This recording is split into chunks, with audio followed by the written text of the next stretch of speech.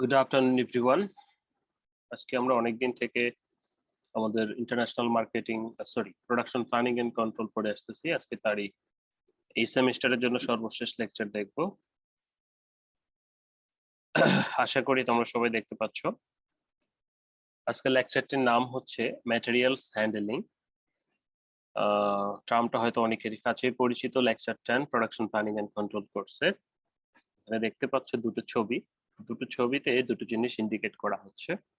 একটা হচ্ছে যে ম্যানুয়াল, মানুষজন নিয়ে যাচ্ছে, আর একটি হচ্ছে মেশিন নিয়ে যাচ্ছে।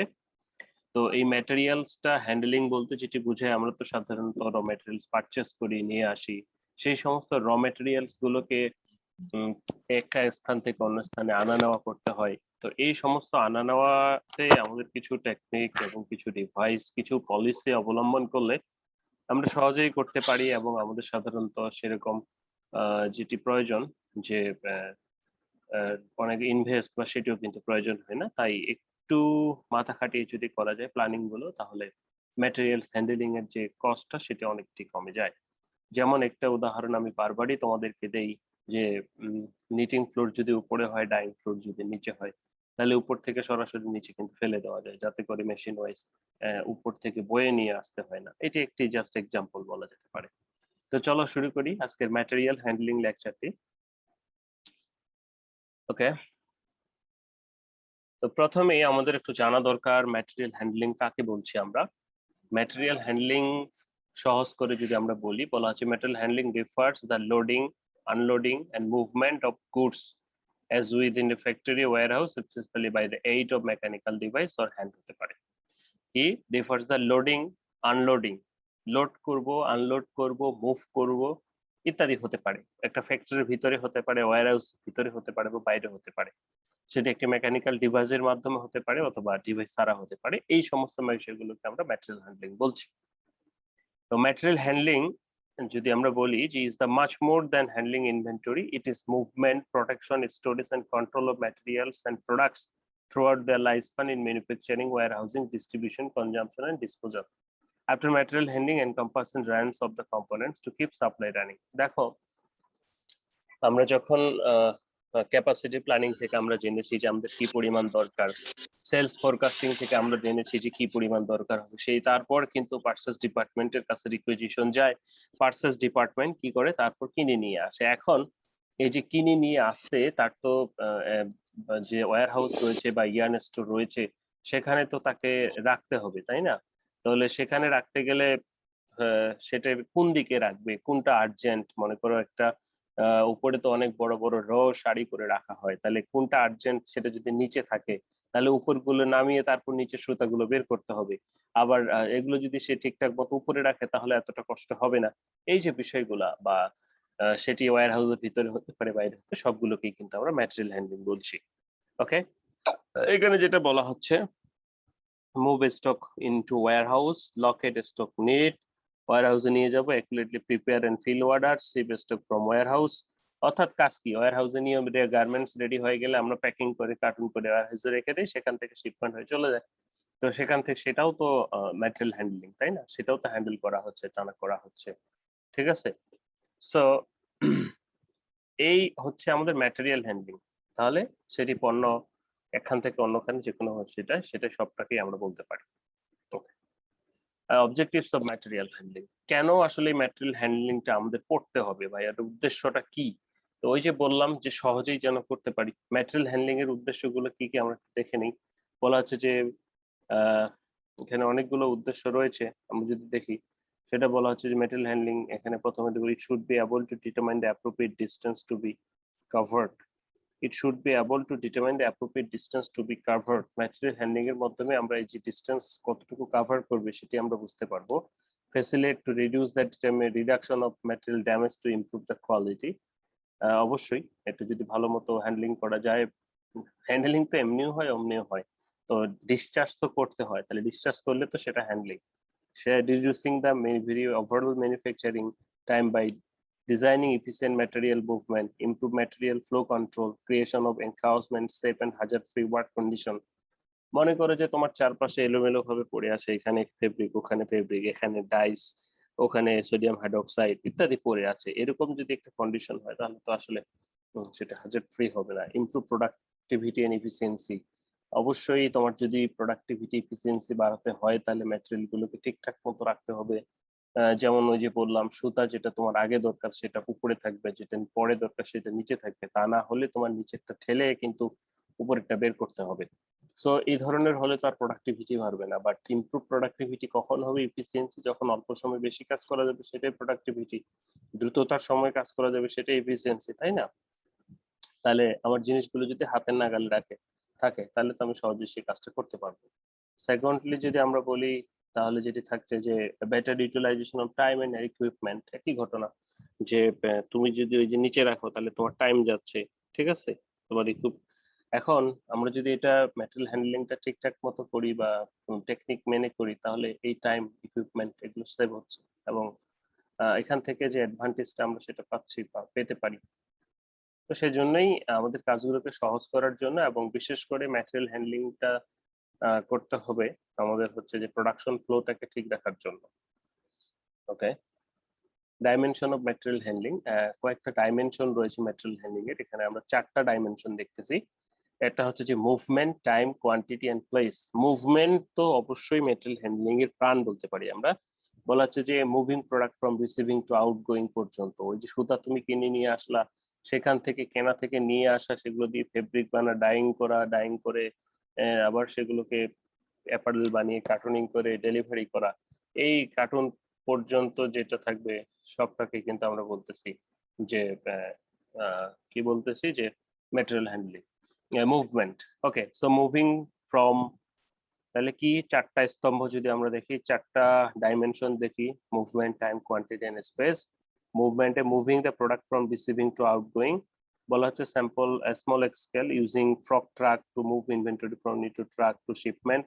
লার্জ স্কেল অর্থাৎ যে কোনোটাই হতে পারে, সেটা কনভেয়ার সিস্টেমে হতে পারে, বা এটি কথা হচ্ছে যে মুভ করাতে হবে, সেটা যদি হ্যান্ড স্মল স্কেলে হয় মানুষ নিয়ে যাবে, যদি আরেকটু বড় হয় তাহলে মেশিন নিয়ে যাবে, আরো যদি বড় হয় তাহলে কনভেয়ার বেল্ট বা এই ধরনের সিস্টেমের মাধ্যমে নিয়ে যাবে।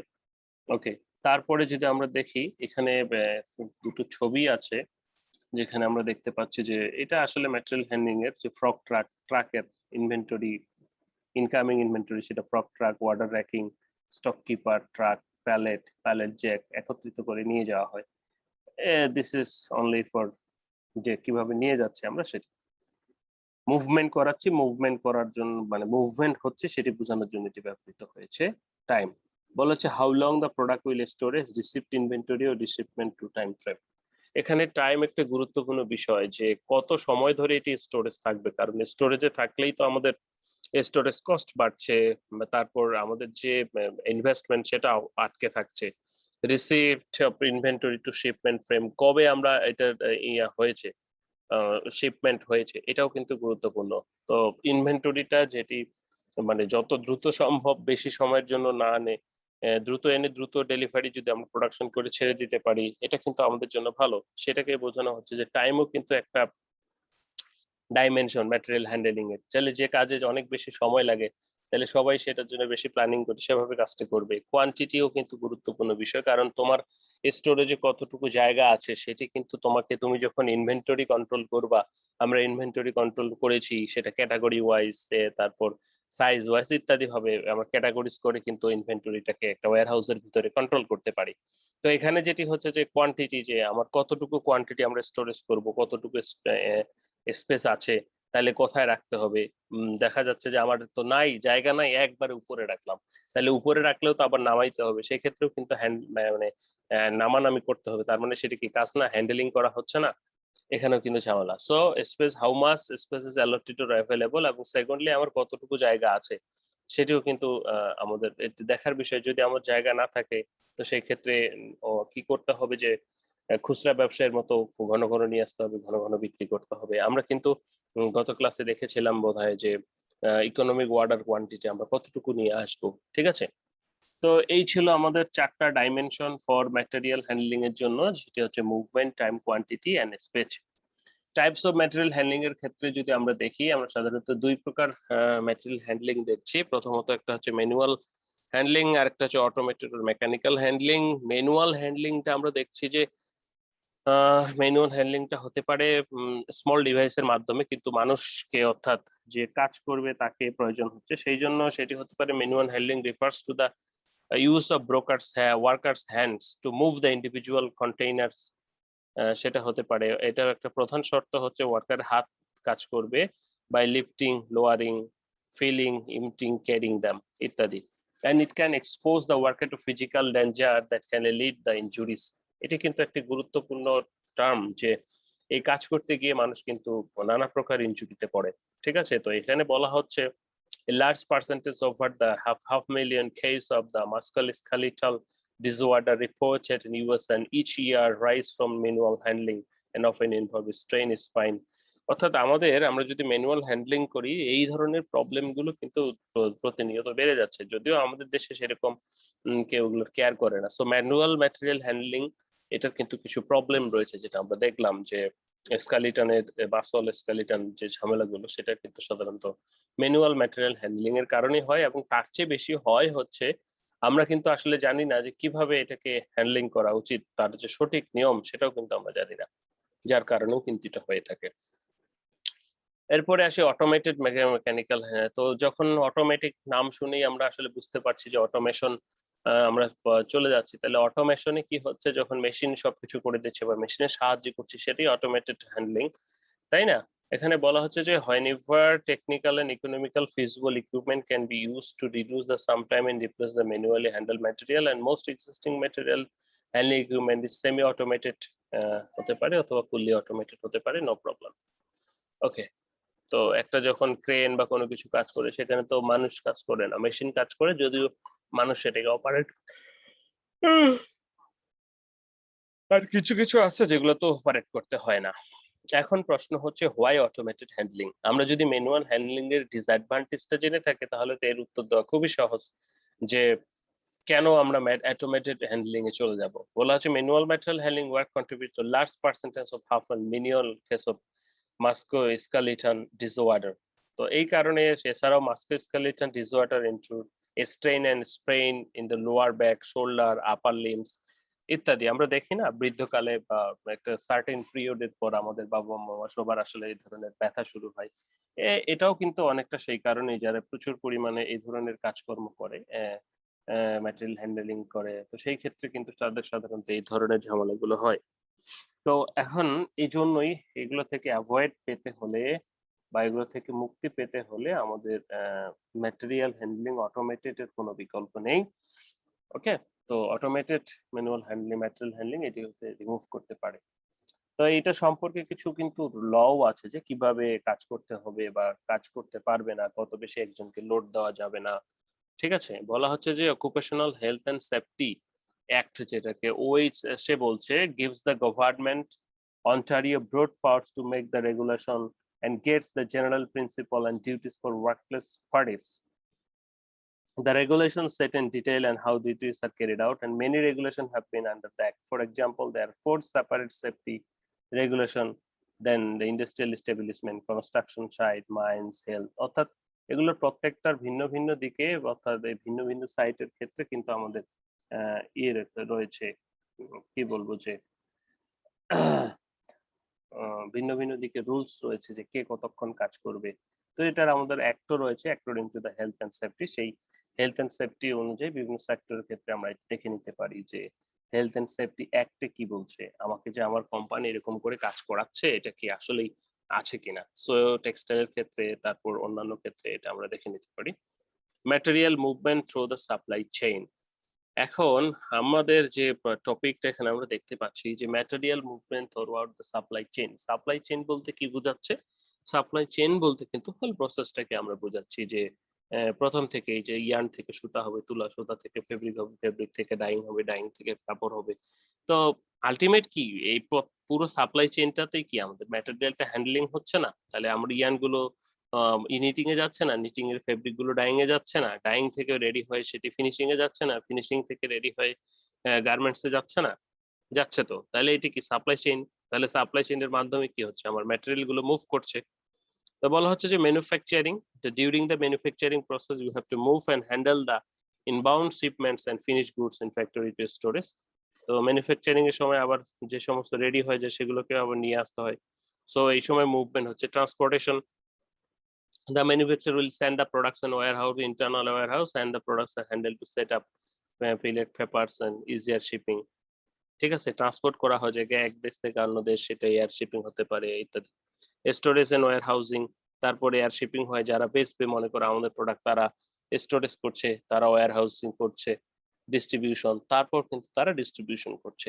তাহলে ফুল প্রসেসটাকেই, অর্থাৎ একবারে একটা প্রোডাক্টের বিক্রি পর্যন্ত কিন্তু আমাদের ম্যাটেরিয়াল হ্যান্ডেলিংটা রয়েছে। যে সুতা থেকে তুলা ইত্যাদি ইত্যাদি আমি যেগুলো বললাম, তুমি ম্যানুফ্যাকচারিং করে দিলা, তোমার বায়ার তারপর ট্রান্সপোর্ট করে জাহাজ দিয়ে নিয়ে গেল, তারপর সে তার স্টোরেজে ওয়্যার হাউসে রাখলো, তারপর সে কিন্তু দোকানে ডিসপ্লে করে একটা একটা করে বিক্রি করছে। তাই যে ফুল প্রসেসটাতে কিন্তু আমাদের ম্যাটেরিয়াল হ্যান্ডলিংটা জড়িত রয়েছে। সো আমরা বলতে পারি যে এই সাপ্লাই চেইনের মাধ্যমে আমাদের ম্যাটেরিয়াল হ্যান্ডলিংটা হয়।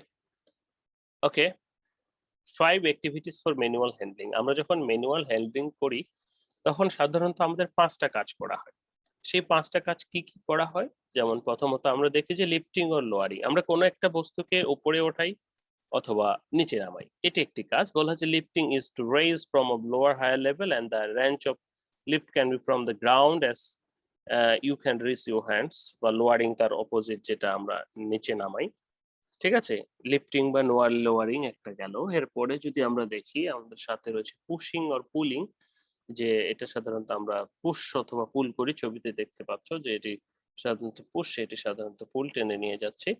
তো পুশিং অথবা পুলিং হতে পারে। টুইস্টিং, টুইস্টিং কি দড়ি পাকানোর মতো? না, ঠিক অনেকটাই। বলা হচ্ছে দেখো একজন ব্যক্তি, আমরা যখন কোনো কিছু দেই পাশে, নিজে মানে অবস্থান পরিবর্তন না করে কিন্তু ঘুরি, তো সেটাকে আমরা কিন্তু টুইস্টিং বলছি। as applied to the act of moving upper body, the one side of the body remains is relatively fixed position। এখানে ছবিতে দেখতে পাচ্ছি যে একটু ডানে বা বামে ঘুরে যখন আমাদের অবস্থান পরিবর্তন না করে অবস্থান করি বা ঘুরি, সেটাকে আমরা বলতেছি টুইস্টিং। ওকে, এরপরে বলা হচ্ছে লাস্ট ক্যারিং এন্ড, না আরো রয়েছে, এখানে 3টা, এখানে 2টা। ক্যারিং, ক্যারিংটা কি সেটা তো আমরা জানি যে ক্যারি করা, সেটাকে ক্যারিং বোঝাচ্ছে। যে carrying is an object on the graphs to attach while the act of moving the weight of the object become the part of the whole weight of the person of the doing work। Holding, এটাকে ধরে রাখা, সেটাকে static body position দিয়ে ধরে সেটা কতক্ষণ ধরে রাখতে পারছে সেটাকে আমরা হোল্ডিং বলছি।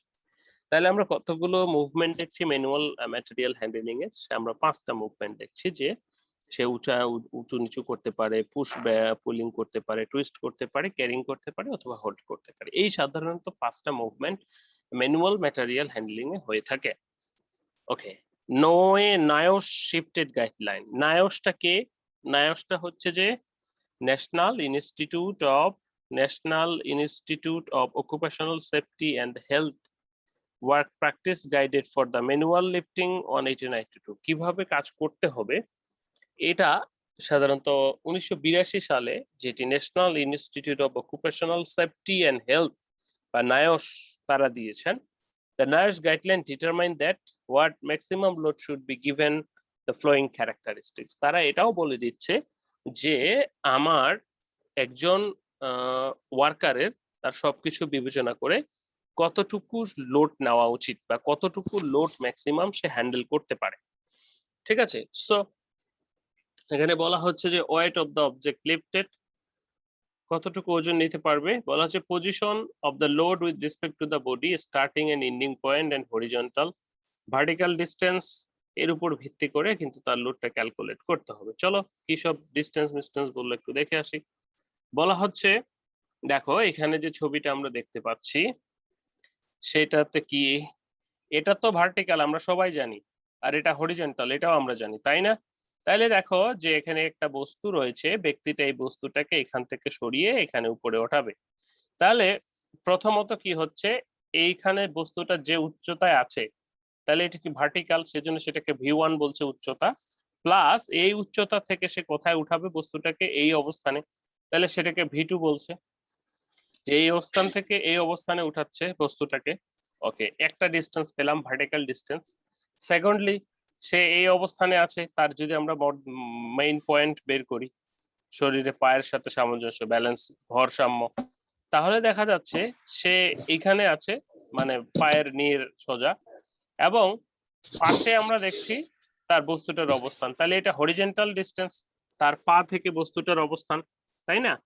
ওকে, তো তার পা থেকে বস্তুটার অবস্থান হরিজন্টাল ডিস্টেন্স। সেকেন্ডলি যেটা আমরা দেখছি, এই যে বস্তুটা থেকে তার পরবর্তী যে নতুন পজিশন, শব্দ একটু বন্ধ করো, কার শব্দ হচ্ছে? আচ্ছা, নতুন যে পরবর্তী পজিশন সেটা কি? সেটা হচ্ছে h2, কারণ আগে যে বস্তুটা যেখানে ছিল সেখান থেকে ইয়ে করবে, যে আমরা যখন এখান থেকে এখানে যাচ্ছি তখন এখানে ডিস্টেন্সটা কি বাড়ছে না এখানে, সো এটা হলো h2। তাহলে আমরা পয়েন্টস গুলো দেখে নেই কি কি পয়েন্টস হচ্ছে আমার, অর্থাৎ এইটার বস্তুটার দৈর্ঘ্য, এইটাকে তাহলে এই স্থান থেকে এই স্থান, এটাকে ডি বলে অনেক সময়, ঠিক আছে? তার টোটাল ডিস্টেন্স, এই ডিস্টেন্স, আর তো কিছু নাই। আরেকটা রয়েছে অ্যাসাইমেট্রি, অর্থাৎ আমরা যে বললাম টুইস্ট দিতে হয়, সে কিন্তু এই বস্তুটাকে ঘুরিয়ে এখানে দিতে পারে, সেই ক্ষেত্রে তার দুই পায়ের সাথে বস্তুর অবস্থানের কোণ কতটা হচ্ছে সেটা কিন্তু ইম্পর্টেন্ট। সো বলা হচ্ছে এখানে the design horizontal distance should be close at 7 inches as possible। আমরা যে হরিজন্টাল ডিস্টেন্সটা বস্তু সেটা 7 ইঞ্চি বা এরকম হতে হবে। Design travel,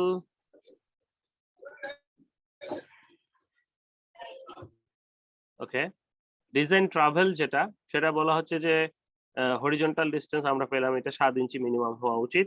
design vertical location origin lift 30 inches from the floor, এটা 30 ইঞ্চি হওয়া উচিত।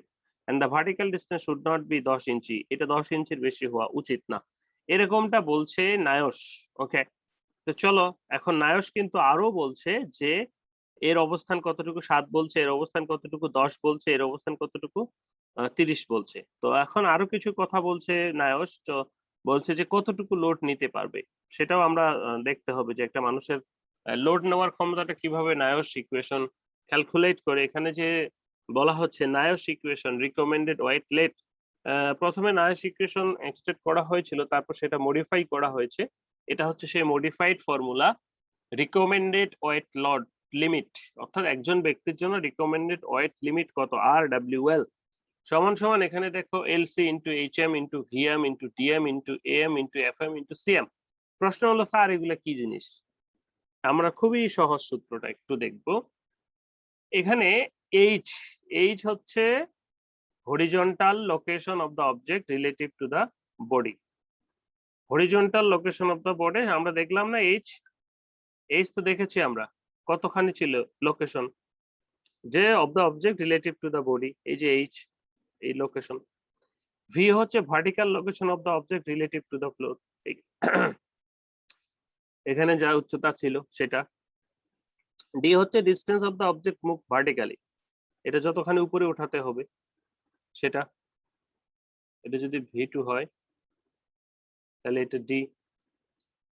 অ্যাসাইমেট্রিক অ্যাঙ্গেল টুইস্টিং রিকোয়ারমেন্ট, সে কতখানি ঘুরছে, এখানে সে যদি 90 থাকে এখান থেকে কতখানি ঘুরে বস্তুটা রাখছে, এই কোণ, যেটা ডিগ্রিতে প্রকাশ করা হয়। তারপর বলা হচ্ছে frequency and duration of lifting activity, সে কতক্ষণ মানে মিনিটে কয়বার এই বস্তুটা উপরে, কত মানে মিনিটে কয়বার উপরে একই কাজ করছে, বস্তুটাকে উপরে উঠাচ্ছে এবং কতক্ষণ ধরে উঠাচ্ছে। এবং সাথে কাপলিং কোয়ালিটি ওর ওয়ার্ক গ্রিপ, তুমি যে বস্তুটা যে সে ধরছে বা তুমি যে ধরছো সেই বস্তুটার যে গ্রিপটা, অর্থাৎ কিরকম গ্রিপিংটা, কিরকম ধরাটা, কি শক্ত নরমাল বা কিরকম। আর এম হচ্ছে মাল্টিপ্লায়ার, এই মাল্টিপ্লায়ার গুলো সাধারণত আমরা ইয়ে থেকে পাবো। ওকে, এখন এলসি 51 কথায় আসি, এগুলো তো সবই হলো, সবই তো এম। এলসি হচ্ছে লোড কনস্ট্যান্ট 51 পাউন্ডস এ বলা হচ্ছে, এটি স্ট্যান্ডার্ড সেট করে দেওয়া হয়েছে যে NIOSH lifting equation always uses a load constant LC of 51 pound, which represent the maximum recommended lead weight to be lifted under ideal condition. Okay, from the starting point the equation several tax variable expressed in certificate or multiples, তো আমরা দেখবো পরবর্তীতে এটি এটি দুটি নিয়মে করা যায়, লেট লোড কনস্ট্যান্ট, তাহলে পরেরটা দৈর্ঘ্য, পরেরটা ভার্টিক্যাল দৈর্ঘ্য, পরেরটা হচ্ছে ভার্টিক্যাল মানে ডিসটেন্স, পরেরটা হচ্ছে মাল্টিপ্লায়ার টুইস্ট মাল্টিপ্লায়ার, তারপরে হচ্ছে ফ্রিকোয়েন্সি কতবার করে মিনিটে, এবং সিএম হচ্ছে কাপলিং কোয়ালিটি, অর্থাৎ কত ভালোভাবে ধরছে নাকি খারাপ ভাবে ধরছে বস্তুটাকে সেটি। ওকে, তাহলে প্রথমে আসি হরিজন্টাল লোকেশন। হরিজন্টাল লোকেশনের কথা যদি বলি আর একটু সহজ ভাবে, তাহলে এই বস্তুটা থেকে এই বস্তুটার যে দূরত্ব সেটাকে আমরা হরিজন্টাল লোকেশন বলছি। বলা হচ্ছে যে horizontal measure the record horizontal location hands location of the hands of both part origin and end of the lifting mass. তো এটা যখন উঠানো হবে এটার এইখানে মিডলে এবং এটার মিডল, তাহলে যে জায়গাটা সেটা হরিজন্টাল লোকেশন, তাই না? তোমার অবস্থান থেকে বস্তুটা কত দূরে আছে সেটি হরিজন্টাল লোকেশন। ওকে, তারপরে যদি এগুলো যদিও আমরা একবার বললাম মুখে, তো এটাকে আবার একটু বলে দেওয়া আছে। Vertical location of the hands, তাহলে আমার এই যে ভার্টিক্যাল লোকেশন, হ্যান্ডস এর যে ভার্টিক্যাল লোকেশন এটা এটা কতটুকু, বা বস্তুটা এই হাত দিয়ে তো ধরছি। বলা আছে measure the record and vertical location of hands above the floor and the start origin the end of the lifting task, এখানে ধরে নির্ণয় করতে হচ্ছে। ভার্টিক্যাল ট্রাভেলিং ডিস্টেন্স ডি, এখন বস্তুটা এখানে ছিল, এখান থেকে এখানে গেছে, তাহলে এখানে কি দৈর্ঘ্য অতিক্রম করছে সেটাকে বলা হচ্ছে ডি, আর এটাকে আমরা নাম দিচ্ছিলাম তখন H2 V2, যেহেতু উপরের দিকে। ওকে, তাহলে ভার্টিক্যাল ডিস্টেন্স কি সেটাও আমরা বুঝেছি। তারপরে যদি বলি যে অ্যাসাইমেট্রিক অ্যাঙ্গেল কি, সেটি হচ্ছে মনে করে বস্তুটা এখানে আছে, সে ঘুরিয়ে এখানে রাখতেছে, এখানে আছে ঘুরিয়ে এখানে রাখতেছে, তার মানে কি তার সাথে এটার যে কোন 90 ডিগ্রি, সেটা 90 ডিগ্রি হতে পারে, 45 ডিগ্রি হতে পারে, বা কাছেই রাখতে পারে, কাছে রাখলেও তো কোনো কোণ উৎপন্ন হবে, তাই না? ওকে, সেটাকে আমরা অ্যাসাইমেট্রিক অ্যাঙ্গেল বলছি। তারপর হচ্ছে কাপলিং, যেটা কত ভাবে মানে ডিটারমিনেশন কোয়ালিটি কিভাবে ধরছে সে বস্তুটাকে। মনে করো তুমি যদি বস্তুটাকে ওই যে নারিকেল লোড করে অথবা তরমুজ লোড করে রেখেছো না, একজন আরেকজনকে দিচ্ছে, ঠিক আছে? সো কত ভাবে ধরছে, ফ্রিকোয়েন্সিটা হচ্ছে যে মিনিটে তুমি কতবার করতে পারছো কাজটা সেটিকে বোঝাচ্ছে, ঠিক আছে? এবং কতক্ষণ ধরে করতে পারছো। লোড হচ্ছে যে এটাই নির্ণয় করতে হবে। Determine the weight load fail if necessary use calculator of the weight, আমাদের যে ওয়েটটা আমরা উঠাবো বা সেটার অ্যাকচুয়াল ওয়েটটা আমাদের মাপতে হবে। এন্ড ডিউরেশন, কতক্ষণ ধরে সেটা তো আমরা বললামই। ওকে, তো এখানে দেখো একটা চিত্রে যেটি আমি দেখানোর চেষ্টা করছি, যে প্রথমে হচ্ছে হরিজন্টাল ফ্যাক্টর নিচে অর্থাৎ অবস্থান কতটুকু, তারপরে আমরা যদি দেখি ভার্টিক্যাল ফ্যাক্টর ভি, তারপরে যদি দেখি কাপলিং ফ্যাক্টর সি, কাপলিং ফ্যাক্টরটা কোথায়, কাপলিং ফ্যাক্টরটা হচ্ছে এইখানে ধরে আছে যেখানে সেটি। তারপরে হচ্ছে যে ডিস্টেন্স ডি ফ্যাক্টর, এখানে এটি এখান থেকে এখানে উঠাবে ডিস্টেন্স ডি। ওকে, এবং ফ্রিকোয়েন্সি কতবার করতেছে, কতক্ষণ ধরে করতেছে, ঠিক আছে? আর এইটা ঘুরছে কিনা, এই পাশে ঘুরছে কিনা, সেটাকে আমরা বলতেছি অ্যাসাইমেট্রিক ফ্যাক্টর, ঠিক আছে? ফ্যাক্টর গুলো বোঝা গেছে? এই ফ্যাক্টর গুলো না বুঝলে কিন্তু ম্যাথ করা যাবে না। ওকে, নেক্সট, এইখানে এই চারটা মনে রাখতে হবে, এই চারটা দিয়ে আমরা সাধারণত রিকমেন্ডেড ওয়েট লিমিটটা ক্যালকুলেট করব। দেখো এলসি 51 ইন্টু এইচএম ইন্টু, আমরা কি পাচ্ছি, HM into VM into DM into M into FM into CM পাচ্ছি, তাই না? তাহলে আমরা এখানে দেখো দুটো সিস্টেম দেওয়া রয়েছে, একটা মেট্রিক একটা ইউএস কাস্টমারি। তো দেখো মেট্রিকে 23 কেজি আর হচ্ছে ইউএসএ হলো 51 কেজি দেওয়া রয়েছে। তো 51 কেজির ক্ষেত্রে 51 পাউন্ড দেওয়া রয়েছে।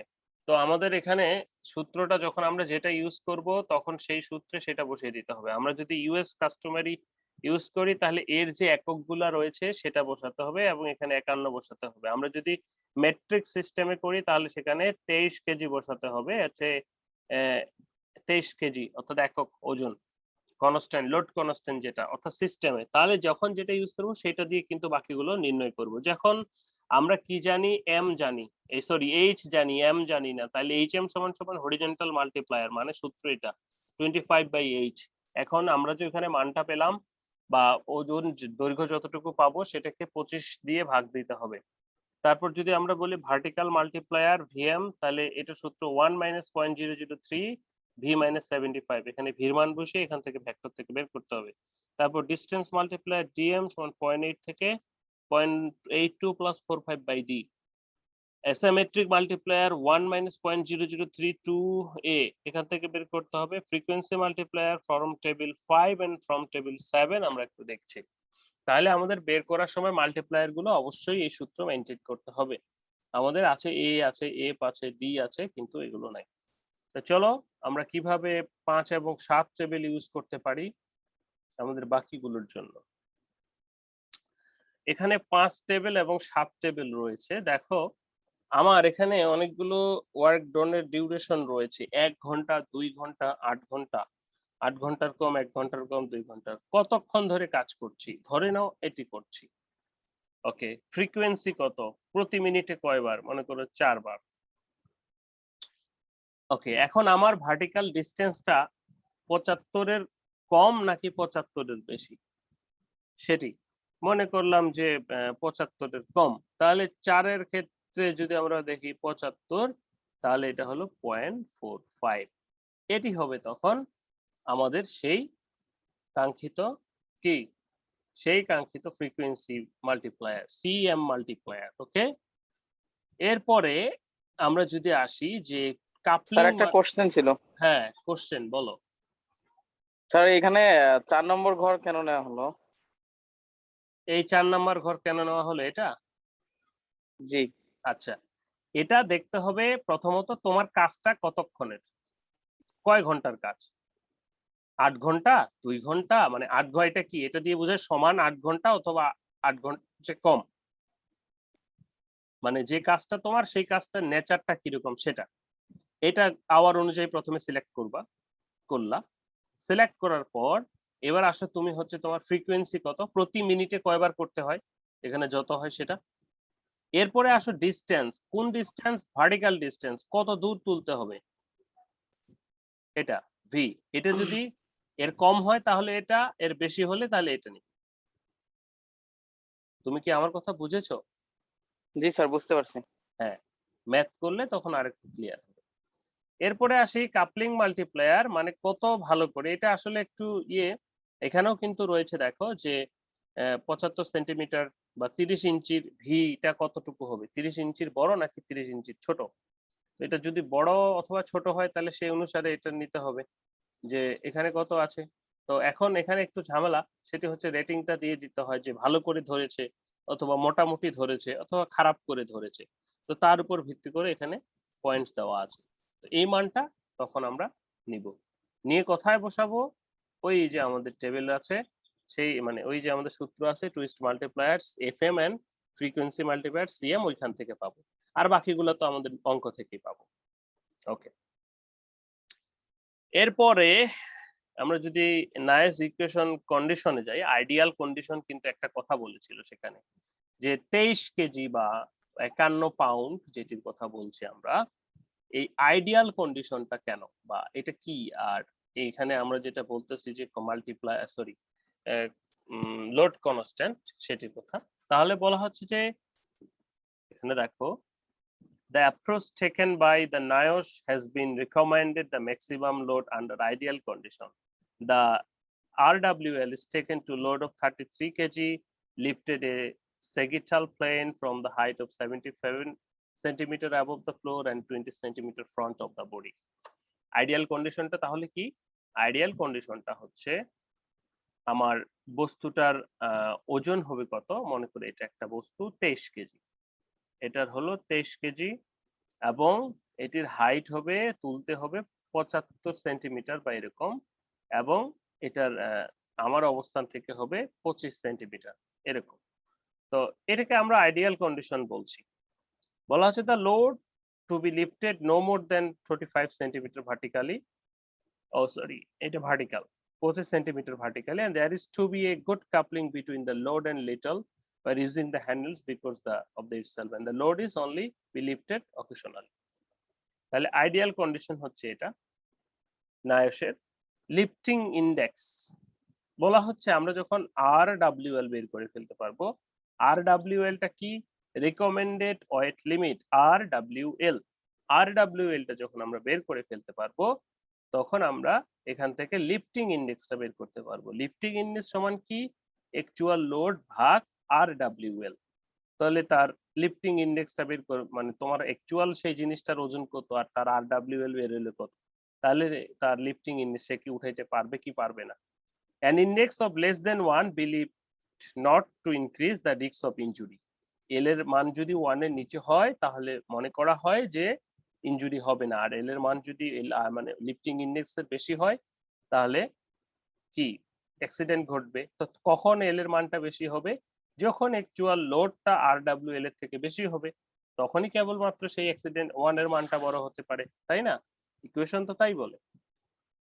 ওকে, তো এটা কখনো আবার অ্যাপ্লাই করা যায় আবার কখনো যায় না, তো সেটি আমরা পরবর্তী লেকচারে দেখবো। আমাদের 1 মিনিট সময় আছে হাতে, আমরা এটা শেষ করে 50 থেকে ক্লাস টেস্ট আছে, একটা ক্লাস টেস্ট দিব এবং আগামী ক্লাসে আমাদের যে রেস্ট পার্টটুকু থাকলো এবং সেই সাথে আমাদের ফাইনালের জন্য যে লেকচার গুলো রয়েছে সেগুলো একটু আপনারা দেখবেন, সেখান থেকেও যদি কোনো প্রশ্ন থাকে আমরা সেদিন একটা রিভিউ ক্লাস করে সেমিস্টার শেষ করব। স্যার নেক্সট ফ্রাইডে তো সবাইকে অফ ডে। ধন্যবাদ। নেক্সট ফ্রাইডেতে অফ স্যার ডে হলে আমরা